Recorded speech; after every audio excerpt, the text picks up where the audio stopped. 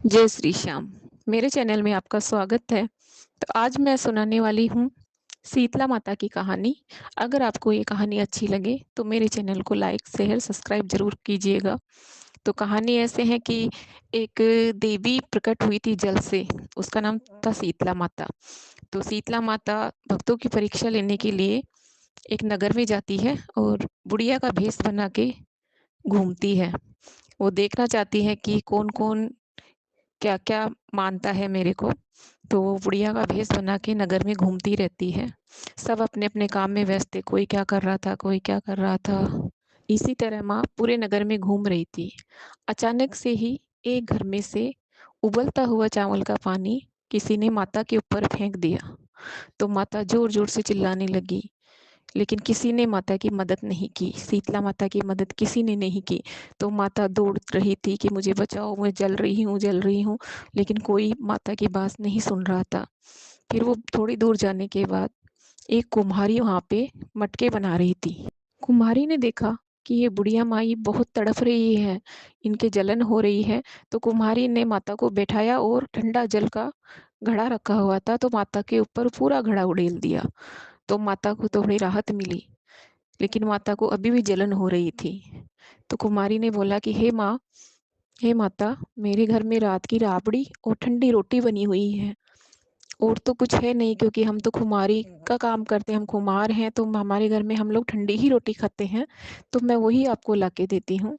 उसको खाने से, ठंडा खाने से आपको अंदर में राहत मिलेगी। तो माता ने कहा, ठीक है बेटी। तो कुम्हारी ने राबड़ी और ठंडी रोटी लाके माता को दिया और माता ने बड़े ही प्रेम से उसको खाया। तो माता को एकदम शीतलता प्रदान हुई और माता को थोड़ी राहत मिली जलन से। तो इसी तरह से खाना खाने के बाद कुमारी ने बोला कि हे माँ, आपके बाल बिखरे हुए हैं, लो मैं आपके बाल बना देती हूँ। तो कुम्हारी ने जैसे ही बाल को देखा, मतलब चोटी बनाने लगी, उसी तरह देख के एकदम वो डर गई, क्योंकि माता के पीछे में एक आँख थी। तो कुमारी ज़ोर से चिल्लाई और डर गई। तो कुमारी ने बोला कि हे माँ, आप कौन हो? आपकी 2 आँखें आगे हैं और 1 आँख पीछे है। आप कौन हो? मुझे डर लग रहा है इससे।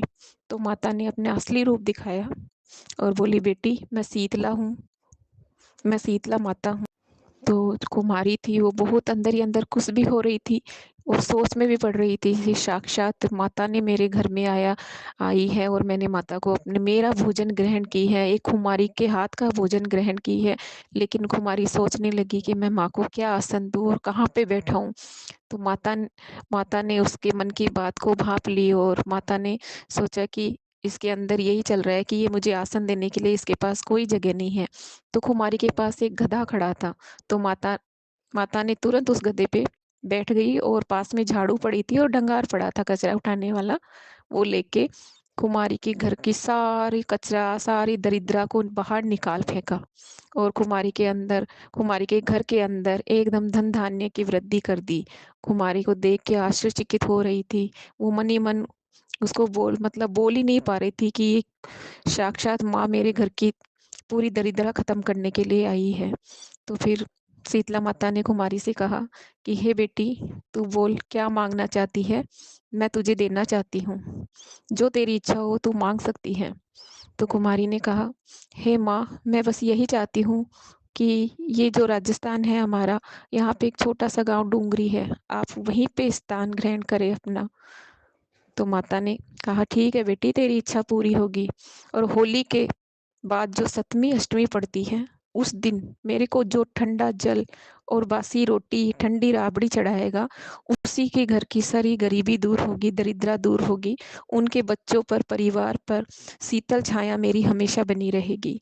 जिसने राबड़ी और रोटी चढ़ाया, मैं राबड़ी और रोटी तेरा पहला भोजन सभी के लिए मैं बोली हूँ कि तेरा पहला भोजन तेरे हाथ से मैंने ग्रहण किया था, मुझे बहुत शीतलता मिली थी। तो 7वीं अष्टमी के दिन जो मुझे ठंडा जल और राबड़ी और ठंडी रोटी चढ़ाएगा, मैं उसी के घर की सारी गरीबी दूर करूँगी। तो इस तरीके से माता ने उस कुमारी की पूरी दरिद्रता दूर करी और उसे धन-धान्य सब कुछ देके वहीं पे विराज गई। डूंगरी गाँव में ही माता आज भी वहाँ पे शीतला माता की पूजा की जाती है। तो आपको ये कहानी कैसी लगी? ज़रूर बताइएगा। अगर अच्छी लगी हो तो चैनल को लाइक, शेयर, सब्सक्राइब ज़रूर कीजिएगा। धन्यवाद।